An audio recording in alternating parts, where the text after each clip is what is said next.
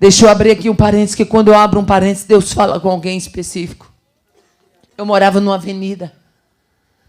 Uma avenida chamada Presidente Dutra, que era loja e casa de morada no fundo. E vizinho ali tinha um prédio praticamente abandonado de um senhor que ele já faleceu. Ele era um comerciante e esse prédio estava praticamente abandonado e ele deu para uma família que não tinha onde morar. Essa família estava numa situação muito difícil. E aquele homem daquela casa, ele era desviado. E quando eu começava a orar de madrugada, era como a gente chama lá no Nordeste. Na época era casa, parede e meia. Hoje, graças a Deus, eu não moro mais lá. É só tudo comércio. Mas na época eu morava, porque a situação era necessário morar no fundo da casa. E eu começava a orar de madrugada. E aquele homem, ele era alcoólatra, desviado, batia na mulher e pegava todo o dinheiro e bebia de cachaça. E eu cansei de passar panelas e panelas de comida por cima do muro, porque os bichinhos subiam quando sentia o cheiro da comida e via as minhas meninas comendo no terraço. Os bichinhos subiam por meio de uma escada e ficavam olhando. E os olhinhos das crianças diziam que estavam com fome. E eu olhava por cima do muro e dizia: vocês estão com fome? Eles diziam: sim, estamos. Eu disse: seu pai está em casa? Porque eu sabia que se o pai tivesse, eles iam, e ele dizia não. Eu disse: pois então aguarde aí que eu vou ajeitar aqui e vou mandar a comida para você, sua irmã e sua mãe. Tá certo. E eu mandava a comida. Só que o tempo foi passando e eu orava de madrugada e nas minhas orações Deus mostrava uma batalha, Deus mostrava uma guerra e eu não sabia o que era. E da noite para o dia, sem que eu fizesse mal algum àquele vizinho, aquele homem começou a tomar um ódio de mim.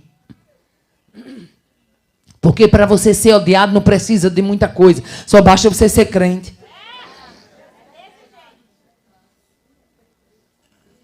E eu dizia para Joatã: meu filho, eu não entendo esse vizinho.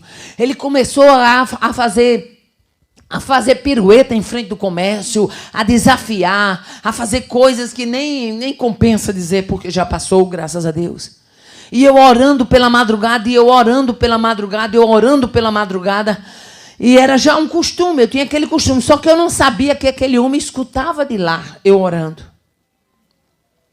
E eu me lembro que quando foi um dia, eu estava sentado na loja. A loja ficava mais alta, né? A calçada do que o prédio que ele morava, que era bem fundo lá embaixo, não tinham subido o piso, era um prédio abandonado, ele morava de favor. E uma coisa, eu estou dentro do contexto do que a destra pode fazer. E eu me lembro que quando foi naquele dia, ele estava muito embriagado, ele subiu. Quando ele subiu, eu tomei um susto, porque eu não tinha visto. Ele subiu aqui de lado, bem perto de mim. E quando ele subiu, que eu olhei no olho dele estava transformado. E ele olhou para mim e disse assim: eu te odeio. E eu queria destruir com sua vida. E eu me lembro que eu tomei aquele choque, mas ao mesmo tempo Deus me deu graça e me deu autoridade. Eu olhei na cara dele e disse: eu sei que você odeia Satanás, mas também sei que o meu Deus não te deu a ordem de tocar nenhum fio. E na hora que eu disse: eu sei que o meu Deus não te deu a ordem de tocar nenhum fio, ele deu um brado assim, como um urro, parecia um burro. E caiu.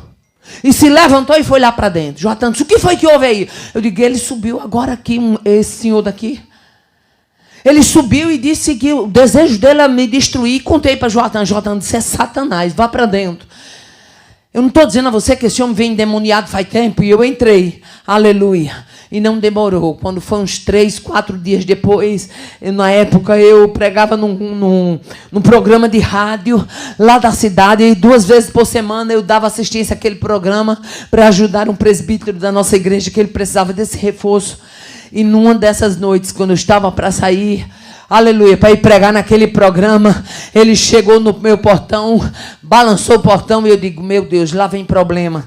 E quando de repente ele grita do portão e disse: irmã, vem aqui, eu não vou fazer nada. E quando eu saí de porta fora, ele olhou para mim e disse: ore por mim, eu sou um miserável de um desviado. Ore por mim, porque lá de casa eu escuto a sua oração e eu tenho muita vontade de um dia poder voltar para Jesus. Nesta noite você tem que entender que o apego dessa alma, o livramento dessa alma, a graça dessa alma, o sustento dessa alma é a destra que nos ampara. Aleluia. Aí ele continua e quando chega, aleluia, quando chega no versículo 9, ele diz: porém os que procuram a minha vida para destruir ficarão abismados nas profundezas da terra. Mas não a alma crente. E quem disse que a alma crente não tem inimigo? Só tem. Satanás e a tropa todinha já foram regimentados para isso. Ele diz: olhe, minha alma, fique sabendo de uma coisa. Tem gente que procura minha vida para destruir.